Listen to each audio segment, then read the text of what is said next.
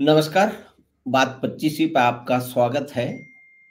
हम हमेशा यात्राएँ करने की बात सोचते हैं। सिर्फ़ देश में ही नहीं, विदेशों की यात्राएँ, समुद्र पार कहीं जाने की बातें सोचते हैं। जैसे मेरे दिमाग में रहता है कि व्लादिवोस्तोक का नाम सुना हुआ है, उसके बारे में कुछ पढ़ा लिखा है, तो वो कैसा होगा? फिर दूसरा, जो पनामा कैनाल है, वो कैसी है? सुएज़ कैनाल और दूसरे जो बड़े-बड़े पोर्ट हैं, और कुल मिला के ये सौभाग्य मिलता है मैरिनर को, जो मर्चेंट नेवी में काम कर रहे हैं, उनको ये सौभाग्य मिलता है।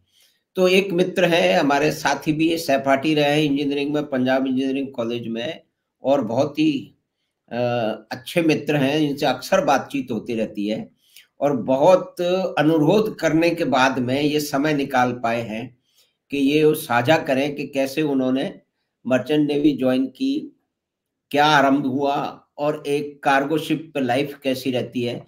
तो हम आमंत्रित कर रहे हैं हमारे मित्र राजीव सेठी को, जो कि मैकेनिकल इंजीनियर हैं, पंजाब इंजीनियरिंग कॉलेज से। 1977 के बैच में हम दोनों एक ही कक्षा में पढ़ते थे, और राजीव जो है, जो कक्षा में सबसे शैतान जो स्टूडेंट है, उसमें इनका नाम आता था। नमस्कार माधव जी, और आपके सब श्रोताओं को भी मेरा प्यार भरा नमस्कार। तो जी राजीव, अब आप ये बताएं कि भाई हम तो जिन देशों की और समुद्र यात्राओं की बात सोचते रहते हैं, सपने की सी बात लगती है। आप तो इतनी सारी जगह घूम आए हैं, तो आप शुरुआत में ऐसे बताएं कि आप मर्चेंट नेवी में जाना कैसे हुआ, कहाँ से आपको खबर मिली, ये इन्फॉर्मेशन कहाँ से मिली, फिर उसके बाद में कैसे शुरुआत हुई, सबसे पहली जो आपकी ट्रैवल था जो मर्चेंट शिप पे, उस पे कैसा अनुभव रहा, क्या क्या सीखा, और एक कार्गो शिप पे कैसी जो है जिंदगी रहती है, कैसा क्या कार्यक्रम होता है, ये आप बताएं। तो राजीव सेठी जी, आपका स्वागत है बात 25 में। Over to you. Thank you so much. पहले तो मैं शुरू करता हूँ, आपको ये बताता हूँ कि सबसे पहले मुझे मर्चेंट नेवी के बारे में पता कैसे चला। जी। मैं उन दिनों हरियाणा में हिसार में सर्विस कर रहा था। हरियाणा गवर्नमेंट का एक स्टील प्लांट था, और छुट्टियों में मैं जम्मू गया हुआ था। मेरे पापा की पोस्टिंग थी अखनूर में। जी। तो जम्मू में जब मैं घूम रहा था, तो मुझे हमारे इंजीनियरिंग कॉलेज के 2 साल सीनियर थे, अशोक गुप्ता, वो हम्म। मिले। उन्होंने मर्चेंट नेवी ज्वाइन की थी। तो अच्छा। मैंने उनसे सुना उसके बारे में। मैंने देखा कि वो उस जमाने में यही चीजें बड़ी अनकॉमन होती थी, किसी के पास में लीवाइज जीन होना, ट्रिपल वाइट सिगरेट होना। और तो मैं बड़ा, उन्होंने बताया कि उन्होंने थोड़े से 1 साल में पता नहीं कितनी कंट्रीज वो घूम आए हैं, और वो लास्टली जर्मन से किसी पोर्ट में साइन ऑफ करके आए थे। तो मैंने इमीडिएटली ये सोचना शुरू किया कि अगर मैं यहीं हरियाणा में ही नौकरी करूंगा, तो इधर ज्यादा से ज्यादा सबसे अच्छा शहर मुझे चंडीगढ़ कभी देखने को मिल जाएगा, बाकी तो इधर ही मेरी पोस्टिंग होती रहेगी। तो मैंने इमीडिएटली डिसीजन लिया कि, और उसमें उन्होंने ये बताया कि सब लोग चीफ इंजीनियर जरूर बन जाते हैं, और जो इधर तब तक ये ऐसी पोजीशन थी कि सब लोग चीफ इंजीनियर नहीं बन पाते थे जो ज्वाइन करते थे। जी। तो बहुत कम होता था। Maximum you could do was reach up to superintending engineer level. तो एक हाँ मुझे चीफ इंजीनियर बनने की बड़ी ख्वाहिश थी कि मेरे को चीफ इंजीनियर भी बनना है और सारी दुनिया देखनी है। हाँ हाँ हाँ। तो मैंने इमीडिएट डिसीजन लिया, और मैंने उनसे पूछा कि कैसे ज्वाइन करते हैं। तो उन्होंने मुझे बताया कि डीएमईटी है, उधर उसकी एडवर्टीजमेंट आती है साल में, मार्च के करीब कभी। तो आप फिलअप कर देना। Mostly everyone is taken, I mean बहुत कम लोग जा रहे हैं उधर, तो it is not very difficult.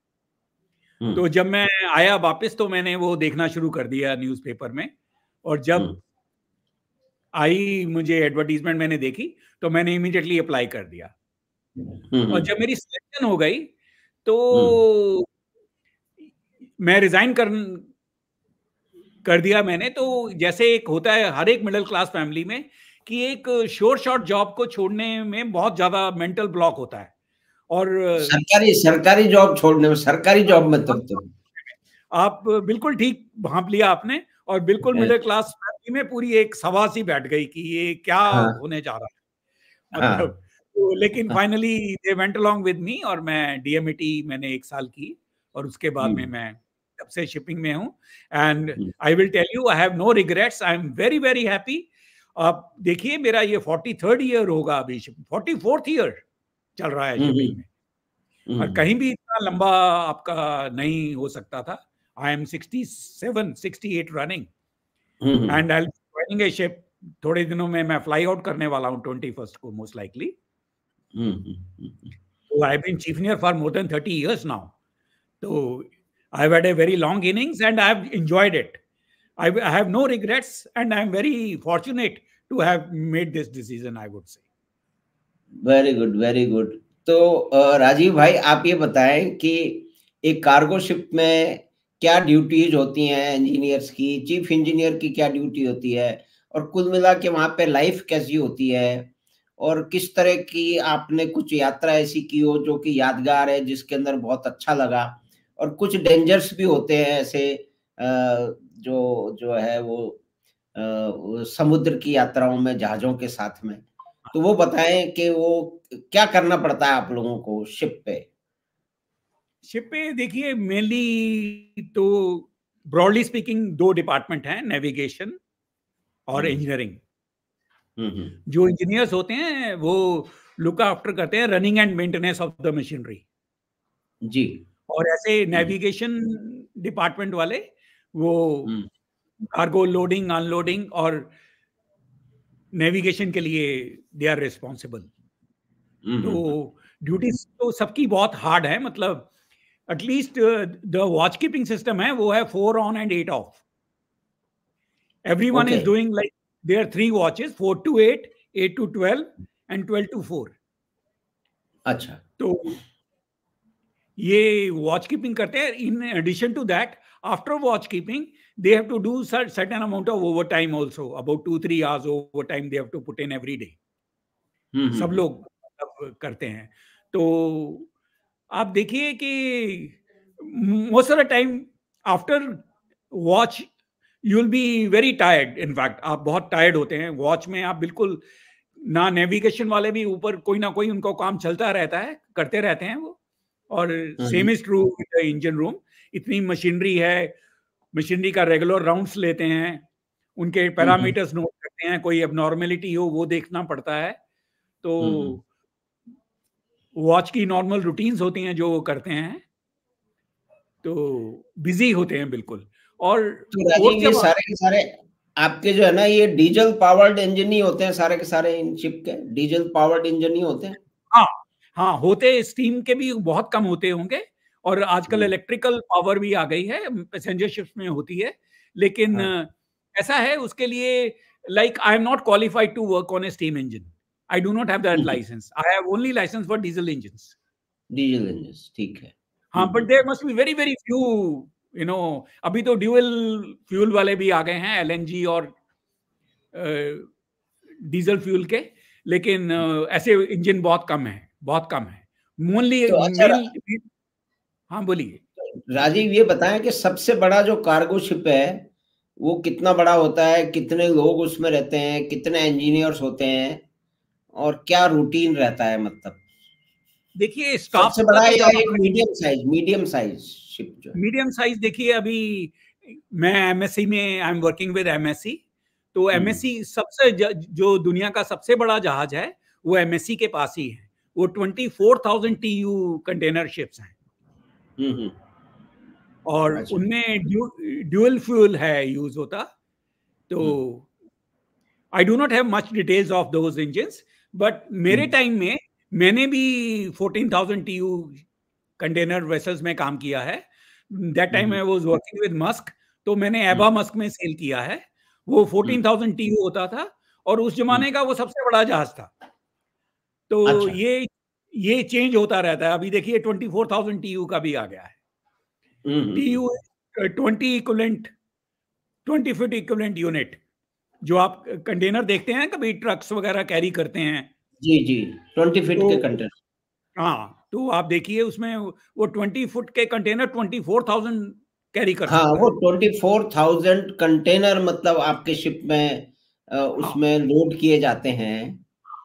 तो सारे और 20 फुट के उसका नहीं होते हैं, मोस्टली हाँ, कई 40 10 फुट के 10 भी के होते हैं। 10 के भी होते होंगे, 10 के भी नहीं, नहीं, होते 10 होंगे। के 20 और 40 मोस्टली। अच्छा, 20 एंड 40, ओके, ओके। हाँ, बीच में कोई और साइज़ 58 का भी होता है शायद, लेकिन बहुत कम अच्छा। होते हैं, तो हाँ, तो 20 और 40 के होते हैं मेन। हुँ, हुँ। तो तो ये ऑयल टैंकर में भी आपने आप रहे हैं हाँ, क्या राजीव? इनिशियली इनिशियली मैंने जब मैं शिपिंग कॉर्पोरेशन में था, तो इन हाँ, the beginning of my career मैंने हाँ। कंटेनर उसमें सॉरी टैंकर्स में भी काम किया है till hmm, I was third engineer. तो हुँ। उस टाइम कॉर्पोरेशन का एक सबसे बड़ा जहाज होते थे 2, कंचनजंगा और कोयाली। अच्छा, तो मैं कोयाली पे था। तो अच्छा। हाँ। तो ये लाइफ़ कैसी रहती है मतलब आपकी जो शिप तो 24 घंटे चलना है, 24 घंटे ड्यूटी करनी पड़ेगी तभी शिप चलेगा अगर जब सी पे है, तो वो हाँ, कैसे लेकिन क्या रहता है? हैं? फिर भी टाइम तो मिल जाता है एंटरटेनमेंट के लिए। एंटरटेनमेंट इज़ अ मस्ट, नहीं तो आप बहुत बोर हो ऑटो जाओगे। पायलट भी होता होगा आजकल तो ऑटो पायलट भी होता होगा, बहुत सारा हाँ, सब ऑटो कुछ। पायलट तो जब एक बार आप पोर्ट से निकल जाते हैं, पोर्ट नैरो वाटर से, तो ऑटो पायलट होता है। लेकिन हुँ, ऑटो हुँ। पायलट का भी ये मतलब नहीं है कि आप बिल्कुल डेफिनिटली फ्री हो। Somebody is keeping a watch रखनी वॉच। पड़ती है। हाँ जी। वॉच रखनी पड़ती है। हाँ, वॉच हुँ, रखनी पड़ती है, ब्रिज पे भी और इंजन रूम में भी। आजकल इंजन रूम में यूएमएस वेसल्स आ गए हैं, कई यूएमएस वेसल्स होते हैं, जिसमें इंजन हुँ, रूम में 9 टू 5 लोग काम करते हैं और बाद में यूएमएस पे छोड़ जाते हैं। इंजन रूम हुँ, को हुँ। अनमैन्ड मशीनरी स्पेसेस जिसे कहते हैं। तो रात में अनमैन्ड कोई अलार्म मशीनरीज़। आता है, तो उसको ड्यूटी इंजीनियर अटेंड करने आ जाएगा। उसमें हुँ, हुँ। हर एक दिन के लिए ड्यूटी इंजीनियर निर्धारित होता है। एक दिन सेकंड ईयर आएगा, एक दिन थर्ड इंजीनियर आएगा, एक दिन फोर्थ इंजीनियर आएगा रात को। तो लेकिन एंटरटेनमेंट का भी स्कोप है सबके लिए, ऐसा नहीं है। आज पहले तो ऐसे होता था कि शाम को सब लोग ऑफिसर्स लाउंज में बैठ जाएंगे और क्रू लाउंज में लोग बैठ के पिक्चर देखेंगे इकट्ठे सब। जी, और जी। कोई लोग कार्ड्स खेलेंगे, कोई और एक्टिविटीज करेंगे। लेकिन हुँ। आजकल क्या हो गया कि जहाज पे इंटरनेट भी है हाँ, और जो तो यू सब कैन लोग watch the news, you can watch movies and all that. हाँ, हुँ, लोग अपने घर में कांटेक्ट में रहते हैं, वीडियो कॉल भी करते हैं और पिक्चर भी अपनी देखते हैं या लेकर आते हैं, डाउनलोड करके आते हैं यंगस्टर्स बहुत। तो आजकल तो घर पे और मित्रों से, दोस्तों से बात भी हो जाती है जो पहले नहीं हो हाँ, पाती थी मतलब। हाँ, पहले नहीं हो पाती थी। पहले तो हम लोग हर एक पोर्ट पे अपनी मेल की वेट करते थे, हमें हैंड रिटन लेटर्स आते थे, उनका मज़ा अपना ही था, अलग-सा था। हाँ, वो एक और अलग समय था। हुँ, हुँ। हाँ, तो उस ज़माने में भी लेकिन पिक्चरें आती थी जहाज पे, वॉलपोर्ट मूवीज़ एक आती थी, तो हुँ, इकट्ठे बैठ के सब लोग पिक्चर भी देखते थे।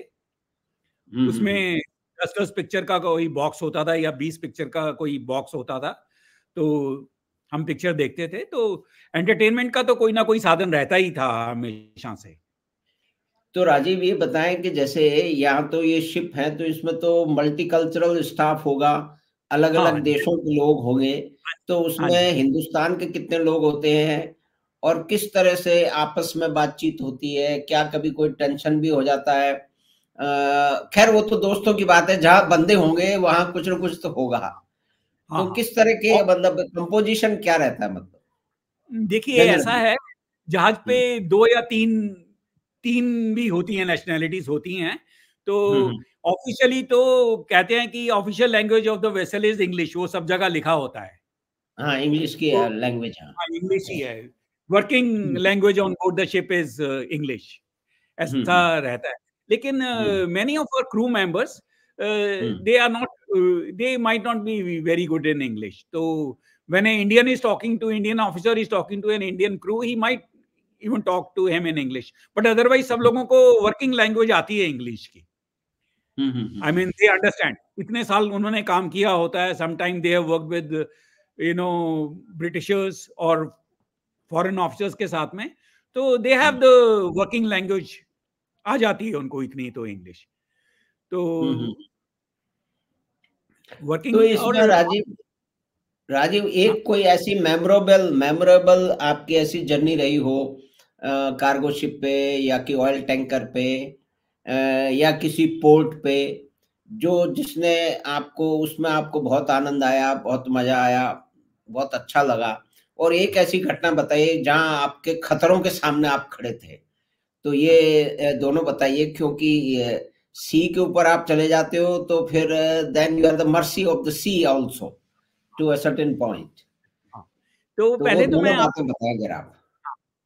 यस माधव जी, मैं आपको ये बताऊंगा कि नॉर्मली अगर आप देखिए, अगर आप घूमना चाहेंगे किसी जगह पे, तो हम्म। आप ऐसी जगह चूज करेंगे, जैसे आप पेरिस, आप फ्रांस जा रहे हैं तो पेरिस में जाएंगे, कहीं और जाएंगे। लेकिन जब जी। आप जहाज में जाते हो तो हम्म।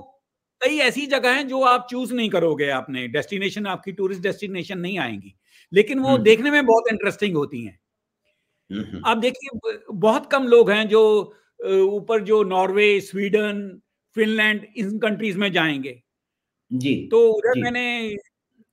मुझे काफी अच्छी याददाश्तें हैं। एक बार हम फिनलैंड में गए थे, उधर हम्म। पोरी करके पोर्ट था एक। सीमा भी, हम्म। मेरी वाइफ सीमा भी मेरे साथ सेल कर रही थी। अच्छा। तो एक बिल्कुल अलग सा एक्सपीरियंस था वो उधर। तो hmm. They have only two weathers, they say we have white winter and green winter. Okay. तो हम बाहर, हाँ, हम बाहर घूमने गए तो वो जो जिसे कहते थे बचपन में 6 महीने दिन रहता है, 6 महीने रात रहता है, हाँ हाँ हाँ एग्जैक्टली हाँ। That kind of situation is there. तो अच्छा अच्छा। वहां जाना भी ये अच्छा छह लगा। महीने ये 6 महीने दिन 6 महीने रात फिनलैंड में था, मतलब आप बता रहे हैं? हाँ, फिनलैंड और मेरे ख्याल में नॉर्वे में भी ऐसा ही है। वो एग्जैक्टली हम्म। 6 महीने ऐसा है कि 6 महीने में दिन, गर्मी के महीनों में बहुत कम टाइम के लिए सूरज जाता है। रात को 12 बजे भी आप देखिए पूरा अन्य क्या कहते हैं कि पूरा दिन जैसा रहता है। रात को बारह हम्म। बजे भी आपको महसूस नहीं होगा। तो तो ये जो इसलिए शिप पे जो आपका जो स्टाफ रहता है, मतलब इंजीनियर्स हैं और दूसरे सीमैन हैं, सब हैं, तो ये बेसिकली कंपोजिशन क्या है? हिंदुस्तानी कुछ न कुछ रहते हैं दूसरे, और मुख्य रूप से आप जिनके साथ जिन शिप पे गए हैं, तो 2-3 नेशनलिटी का आप बताते हैं कि ये कॉन्शियसली चूज करते हैं शिपिंग वाले के भी एक ही तरह के नहीं, 2-3 नहीं, लोगों को? ऐसा नहीं है। जब माधव अच्छा। मैंने सबसे पहले काम शुरू किया तो I started in B ships. तो उस हम्म। जमाने में मोस्टली जो सीनियर ऑफिसर्स हैं वो यूरोपियन होते थे। अच्छा। तो हम लोग एंटर कर रहे थे उधर, इंजीनियर्स में थर्ड इंजीनियर रैंक पे, और डेक ऑफिसर्स एंटर कर रहे थे सेकंड ऑफिसर के रैंक पे। अच्छा। तो हम्म। स्लोली वो लोग मतलब शिपिंग में आना उन्होंने बंद कर दिया। हम्म। उनके लिए मतलब ऑप्शन श्योर में अच्छी होती होंगी, और हाँ, दूसरे वो, ऑप्शन होंगे पास हाँ, हाँ, तो उन्होंने में। आना बंद कर दिया। तो स्लोली वी हैव इंडियंस बहुत ज़्यादा हैं अभी शिपिंग में। तो जैसे अच्छा। मैं एमएससी में हूँ, तो एमएससी का हम्म। मेन फोकस है अभी इंडियंस पे। तो जब वो अरे। बहुत एक्सपेंड कर रहे थे, हाँ, तो हम्म। जब वो बहुत एक्सपेंड करती हैं कंपनियाँ तो उनको बाहर से लेने पड़ते हैं। तो अभी hmm. I have sailed with many Ukrainian officers. Hmm. और मैंने एक बार जापानीज कंपनी में मैं काफी लंबा रहा हूँ मित्सुबिशी उसके में। तो उधर हम्म। फिलिपिनो क्रू बहुत होता है, फिलिपिनो भी बहुत हैं सीफेयरर्स, हम्म। तो फिलिपिनो ये बहुत तो होते हैं। तो ये तो आपने अच्छी जो है याद बता दी कि भाई वो फिनलैंड की, और उस उसकी जो वहाँ पे 6 महीने रात होती है, 6 महीने दिन, करीब करीब उस तरह का कुछ रहता है, जो एक अद्भुत बात है जो अपन लोगों को अजीब लगती है। हमने भी हाँ जी, जर्मनी में कई बार रात को देखा, 11 बजे सूरज निकलता हो तो बड़ा अजीब लगा। बॉडी हाँ क्लॉक जी, उसके लिए तैयार नहीं होती है। तो हाँ ये जी, हाँ क्या जी, हो रहा हाँ है? जी, हम तो ऐसा लगा जैसे सर में दर्द हो रहा है, ये इस टाइम पे सूरज कैसे है? ऐसा कभी हाँ, लगा? हाँ, हाँ। तो और ये विंटर में ऐसा ही खतरनाक होता तो। है। विंटर में हम्म। वो उनको सनलाइट नहीं देखने को मिलती। तो जी जी। I have sailed with Danish officers also when I was in Maersk. तो उनका अपना अलग ही नजरिया है उधर डेनमार्क में रहने का, अलग ही हम्म। एक्सपीरियंस है बहुत। जी जी। I have sailed with Danish officers, British officers, और hmm. Italian officers also, Excuse me, अच्छा। तो अब और ये बताएं कि जो खतरे खतरे वाली कोई यात्रा है जिसमें एक कोई डेंजर आपके सामने खड़ा था, जिसमें ऐसा लग रहा था कि कुछ अनसर्टेनिटीज थी, इस तरह का अनुभव कोई आप शेयर माधव करें? जी, in that respect I will say that I have been very lucky. मेरे अच्छा। साथ कभी ऐसा हुआ नहीं है। अगर मुझे कोई इंसिडेंट बताने हो आपको पायरेसी के भी, तो मुझे एक ही याद आता है। तो मैं उस टाइम में वी शिप्स में था, तो हमारा वेसल आया था उधर चेन्नई। उस टाइम में उसको मद्रासी बोलते थे। हाँ, तो हाँ। मद्रास में पायरेट्स आ गए थे और मद्रास में उस जमाने में बहुत डेयरिंग डेयरिंग मतलब अच्छा। आप देखो कि एक पायलट था, उसको काफी लोग जानते थे। उसकी हाँ, एक हाँ। टांग नहीं थी, वो अच्छा। एक टांग से चढ़ गया था और रस्सी से जहाज की। हाँ, उसके एक हाथ में वो था बड़ा सा, आप बोलो किसे क्या बोलेंगे, बुचर नाइफ। हाँ। और सब लोग डर गए थे, मतलब वो, तो वो क्या उस टाइम जो थोड़ी रस्सियां वसियां उठा के, जहाज पे रस्सा होता है काफी महंगा होता है, वो उठा के उसने फेंक दिया नीचे और ले गए। और इसके अलावा मेरे पास कोई है नहीं। और क्योंकि we are told not to show any heroism, अगर कोई आ गए हैं तो आई मीन हम लोग कोई हीरोइज्म नहीं दिखाते हैं। तो whatever, if they can take something they will take. We have our seamanship, मतलब कई जो हम यूज करते हैं, जैसे फायर हाइड्रेंट होते हैं साइड में लगे हुए, फायर हाइड्रेंट प्रेशर से चल रहे होते हैं चारों तरफ से। और कई तरीके हैं उनको, मतलब दूर भगाने के, उनसे डील करने के लिए स्टैंडर्ड प्रोसीजर्स होते हैं, तो वो हम फॉलो करते हैं।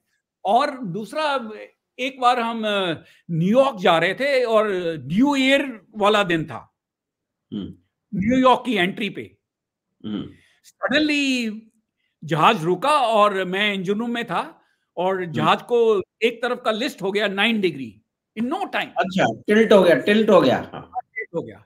तो इमीडिएटली वी रियलाइज कि जहाज हैज रन अग्राउंड। तो मतलब पायलट वाज ऑन बोर्ड। नीचे रॉक वगैरह से टकरा गया, समथिंग हाँ, like that, you rock mean था, टू से? रॉक था। हाँ, हाँ।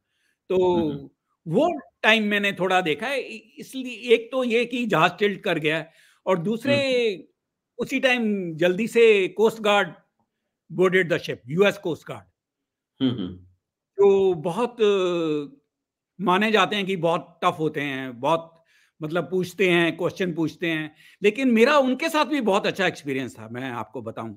मैं ये नहीं कहता हूं कि सबको ऐसा, वो इमीडिएटली वो they are suppose to take breath test. तो उन्होंने हमारे ब्रेथ टेस्ट भी, इवन आपको तो मालूम है कि मैं तो I been a teetotaller all my life, so I don't drink. तो लेकिन उनको तो, उन्होंने भी मेरा बड़ी देर बाद लिया ब्रेथ टेस्ट भी। और मेनी थिंग्स भी which we are suppose to do. तो उसमें कई चीजें, उस टाइम मैंने टैंक की साउंडिंग्स नहीं ली हुई थी इमीडिएटली, मतलब। तो उसने मुझे बोला कि chief I understand, don't worry, you take now and give me, no issues, no problem.